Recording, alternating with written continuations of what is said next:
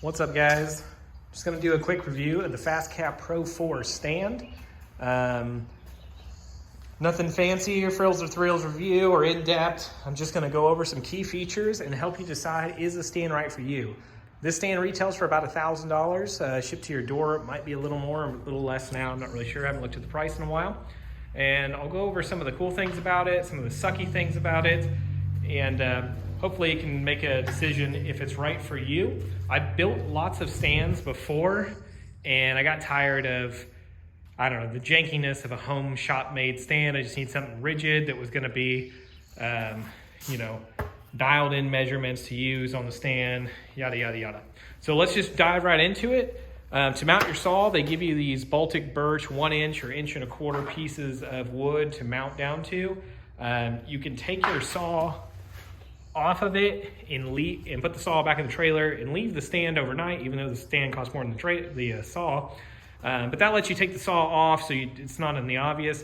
If the problem is that every time you calibrate this out of the way, every time you calibrate this best fence thing to your blade, if you move the saw, then it throws off this, so you've got to recalibrate it. It's not that big a deal.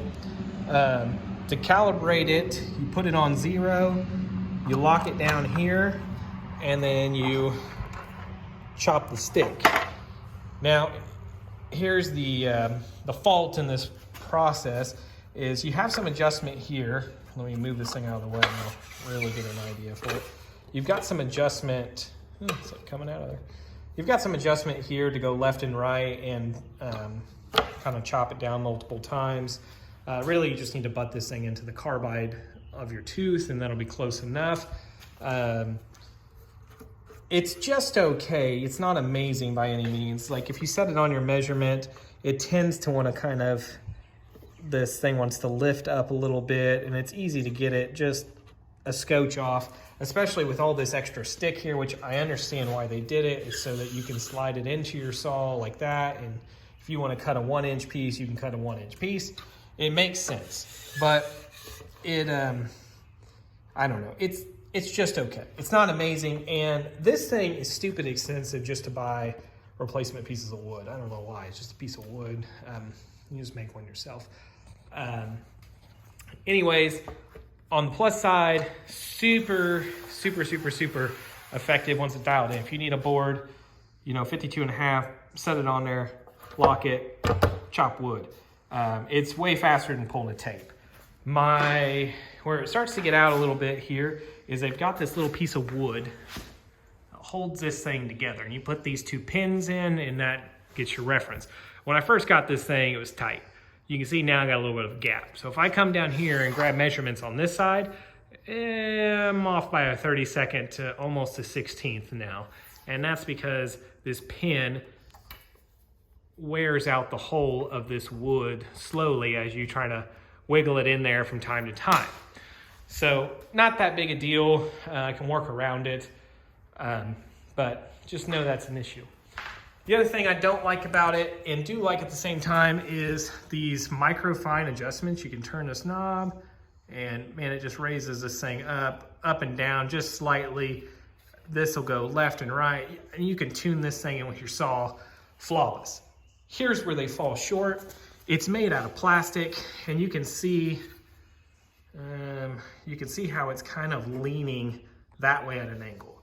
It's not, like you can see this one here.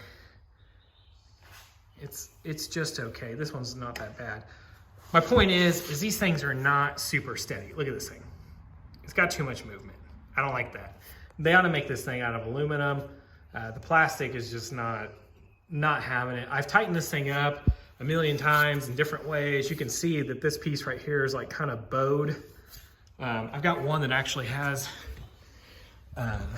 this one. Because it tilts at such a canter, I had to stick a shim in there and tighten it down so that I could get this plate flat.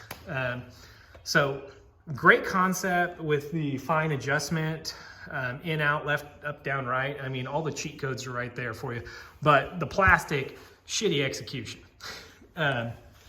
So the next thing, so I would say awesome on the extruded aluminum, being, you know, tons of support. Get 2 of them, get your third hands.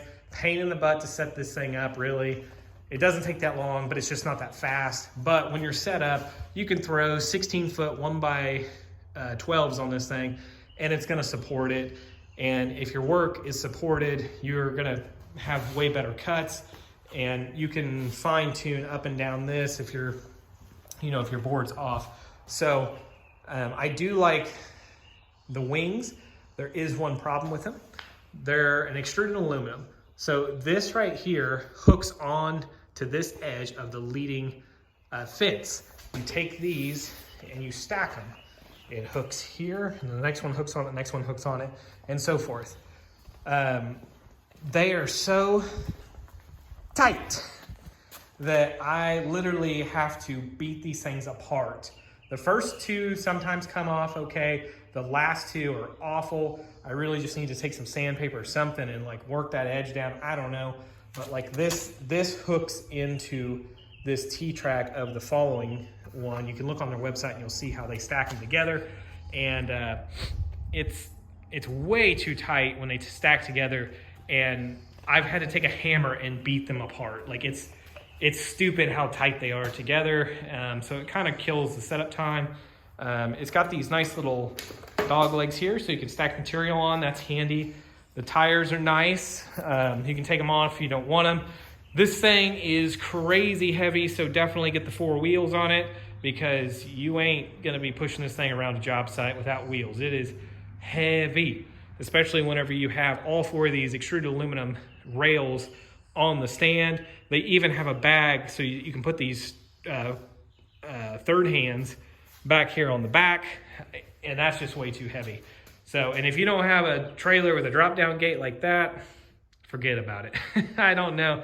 I hate setting this thing up because it's so heavy. My Festool Capex in the back of the trailer there, it's got the aluminum rails on it. I really love it. It's just not robust enough to do this kind of work. This is a bulldozer. That is a finish grader. And if you treat your finish grader like a bulldozer, well, this is what you're going to be left with. So, I guess what I would say, if I recommend it, don't recommend it, I'm split. I'm probably about 70 to 80% on recommend it. It's just got a couple of faults that they need to get dialed in. One being the breakdown of these stands. They need to click together better. It's kind of hokey. These plastic deals, I don't like those. They need to make those out of extruded aluminum. They just do not hold true and square. And that's like one of their big selling features on this stand is like, hey, you can put this up, this in, that out, and get this thing all dialed in. It doesn't dial in because the plastic is too flimsy to dial it in. And I can tell you that for sure. I've owned this over a year. We trim out houses every single day of the week, non-stop. We're doing at least one house every single week. The stand is set up and going. I will say it has held together. Nothing's broke on it yet. So it is pretty rugged in that aspect. So the plastic is a good quality plastic, but it just, all of the adjustments inside of it don't hold true. So I don't know if that makes sense or not. The other thing, they got all these little pins that hold stuff together, and pretty much plan on those things breaking at some point. They just don't hold up. They don't stay on there, the rubber breaks down. So maybe something a little better there. Also, when I fold this thing up, one of the legs always kind of like hits the saw. I think that's just placement of my saw in my configuration, but it's kind of tough to fold it up sometimes. But yeah, I would say if you're planning on buying this, just know it is very heavy. You're not going to quickly deploy this stand, even though the website shows them just setting it up. You're going to quickly deploy it and have to take a break to catch a breather. But once it's set up, it is a very productive machine. I built lots of stands before, and none of them are robust enough to have the outfeed and the scales like this to cut away. So If you're doing production work and you're hard on your stuff because you're slapping builder grade trim up on your saw all day long, this is actually a great stand. But just know it has a few little flaws.